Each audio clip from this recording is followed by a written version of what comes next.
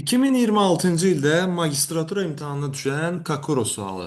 Bu sual dəfələrlə dövlət qulluğu imtahanlarında və yüksəliş müsabiqəsində bu tip suallar imtahana düşüb. Magistraturada isə ilk dəfədir belə bir sual düşürdü. Sualın şərti nədən ibarətdir? Gəlin mən sizə bunu izah edim. Bu sualda bizə deyir ki, 1-dən 9-a qədər rəqəmləri burada gördüyünüz boş xanalara elə yazmalısınız ki, hər sətirdə və hər sütunda rəqəmlər təkrarlanmasın. Yəni bu sudokuda olan əslində bir qaydadır. Sətir və sütun üzrə rəqəmlər təkrarlanmasın. Və digər qayda nədir? Sətir üzrə yazacağın ədədlərin cəmi. Məsələn, bu iki ədədin cəmi sənə 13 verməlidir. Məsələn, bu üç ədədin cəmi sənə soldakı bu A-nı verməlidir. Bu üç ədədin cəmi 6, bu iki ədədin cəmi də 3.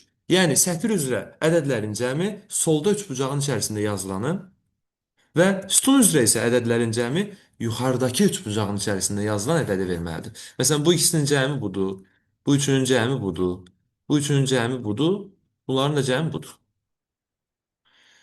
Və sıfır istifadə edə bilmərik. 1-dən 9-a qədər rəqəmlər olmalıdır. Sətir və sütunda isə təkrarlana bilməz. O zaman biz burada nəydən başlayırıq? Bu üç rəqəmini almaq üçün biz bura ancaq 1 və 2 yaza bilərik. Yəni 3 və 0 yaza bilməzsən, başqa da elə iki ədəd yoxdur ki, cəmi bizə 3 versin. 1 və 2. Hansı bir hansı 2-dir? Məsələn, bura 2, bura 1 yazsan səhv olacaq. Niyə? Çünki bura 2 yazanda bu 4-ü almaq üçün gərək burada 2 yazasan. Və eyni sütunda eyni ədəddən 2-dən ola bilməz. Ona görə biz bura yazmalıyıq 1, bura yazmalıyıq 2.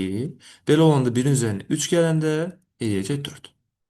İndi bu altını almaq üçün 3 burada varsa bura 1 və 2 yazmalısan. Artıq elin olduğu yerə 2 düşə bilməz. Düşəcək 1, bura düşəcək 2. 2'yi 1, burada altını almaq üçün bura düşəcək 3. Bu altını almaq üçün. Sonra 7-ni almaq üçün biz ancaq 1, 2 və 4 rəqəmlərini istifadə eləməliyik.